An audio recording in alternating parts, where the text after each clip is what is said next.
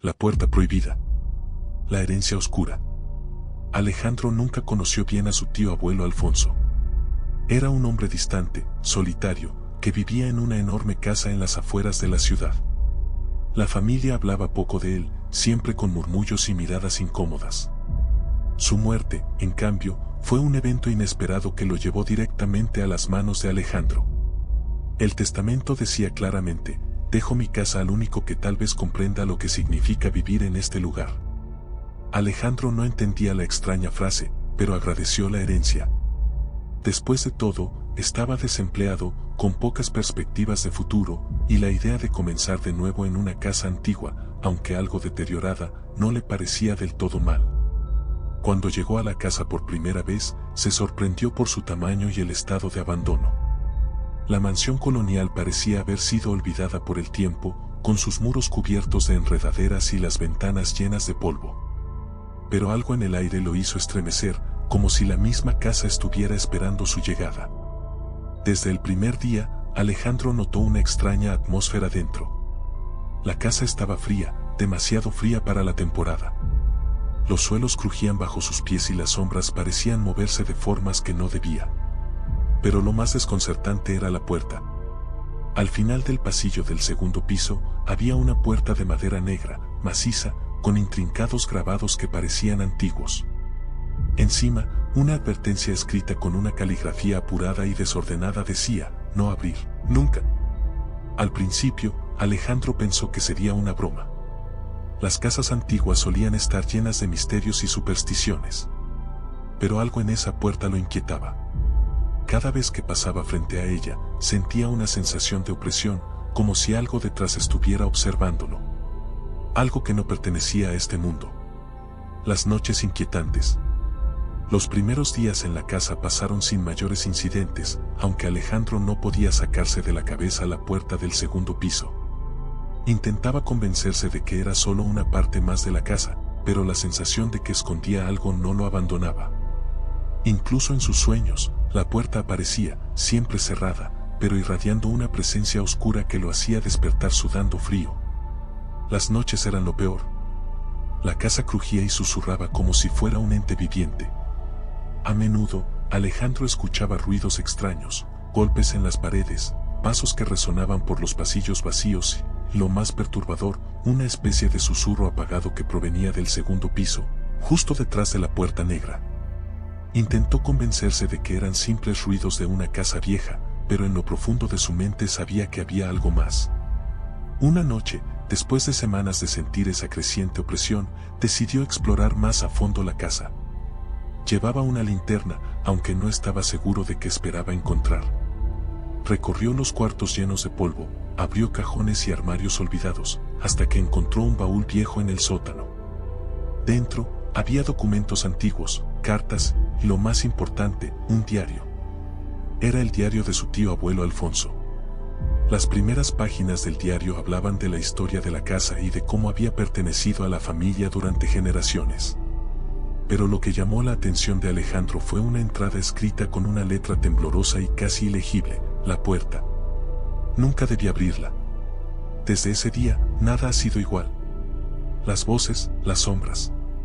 No puedo escapar de lo que está detrás de ella. Dios me ayude. Alejandro cerró el diario de golpe, sintiendo un escalofrío recorrer su espalda. A partir de esa noche, la puerta se convirtió en una obsesión para Alejandro. No podía dejar de pensar en lo que había leído en el diario de su tío. Las advertencias eran claras, pero la curiosidad lo devoraba por dentro. ¿Qué había detrás de esa puerta? ¿Por qué su tío había estado tan aterrorizado? Las noches se hicieron insoportables. Los ruidos detrás de la puerta se intensificaron. Ya no eran solo golpes y susurros, sino algo más. Algo vivo. A veces, Alejandro escuchaba lo que parecían ser rasguños en la madera, como si algo o alguien intentara salir. Y entonces llegó la peor noche de todas. Estaba acostado en su cama, tratando de ignorar los ruidos que venían del segundo piso, cuando escuchó claramente un golpe seco. Se levantó, su corazón latiendo con fuerza. Caminó por la casa a oscuras, guiado solo por la luz de su linterna, hasta que llegó al pasillo. Frente a la puerta negra, vio algo que lo hizo detenerse en seco. La puerta estaba entreabierta.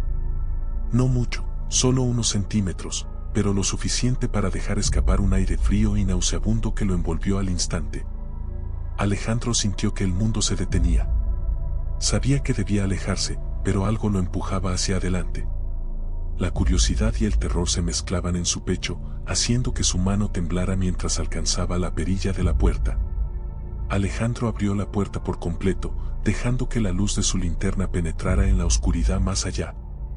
Para su sorpresa, detrás de la puerta no había una habitación como esperaba, sino un pasillo que descendía en espiral, tallado en piedra, como una especie de túnel antiguo. El aire era pesado y sofocante, y los susurros que antes escuchaba ahora eran claros y cercanos, como si lo llamaran desde las profundidades. Decidido, comenzó a bajar las escaleras.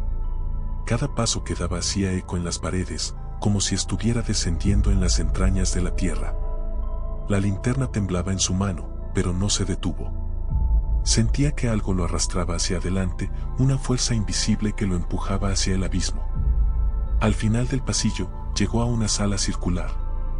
Las paredes estaban cubiertas de símbolos extraños, grabados con precisión, pero antiguos, muy antiguos. En el centro de la sala había un pozo. Alejandro se acercó lentamente, sintiendo como el aire se volvía más frío y denso a cada paso. Al mirar dentro, no pudo ver el fondo.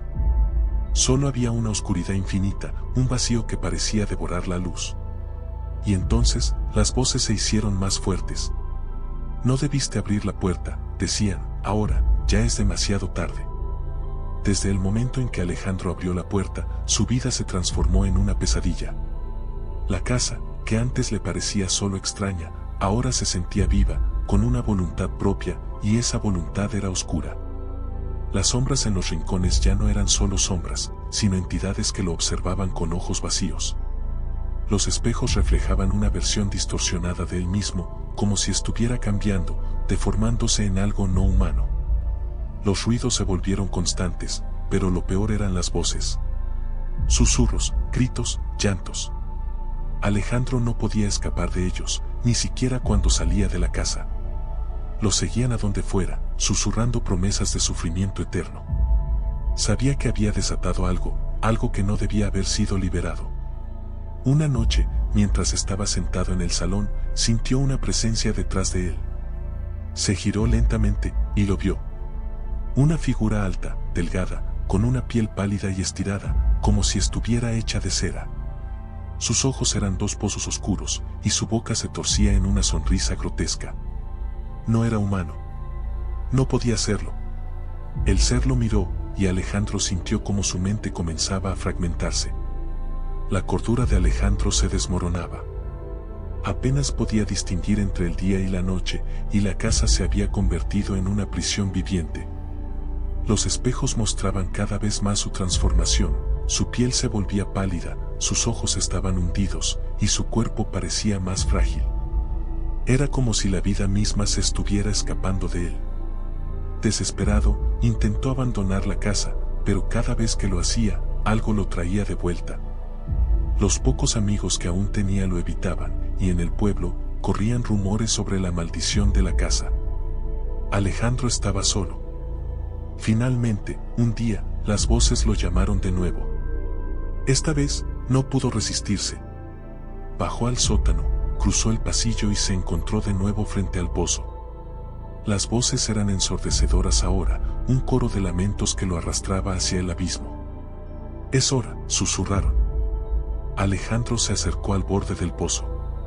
Miró dentro, y esta vez, vio algo. Una figura emergía de la oscuridad, una figura idéntica a él. Su reflejo distorsionado lo miraba con una sonrisa cruel. Alejandro dio un paso hacia atrás, pero ya era demasiado tarde. La figura lo atrapó. Semanas después, la casa quedó en completo abandono. Nadie en el pueblo volvió a ver a Alejandro. Los rumores comenzaron a crecer, y la casa se ganó una reputación aún más oscura de la que ya tenía. Algunos decían que lo vieron en las noches, caminando por los pasillos de la casa, pero su rostro ya no era el mismo. Años más tarde, un nuevo heredero llegaría, ignorante de lo que había sucedido. Entraría a la casa, con la misma curiosidad que tuvo Alejandro, y descubriría la puerta prohibida. Y así el ciclo comenzaría de nuevo.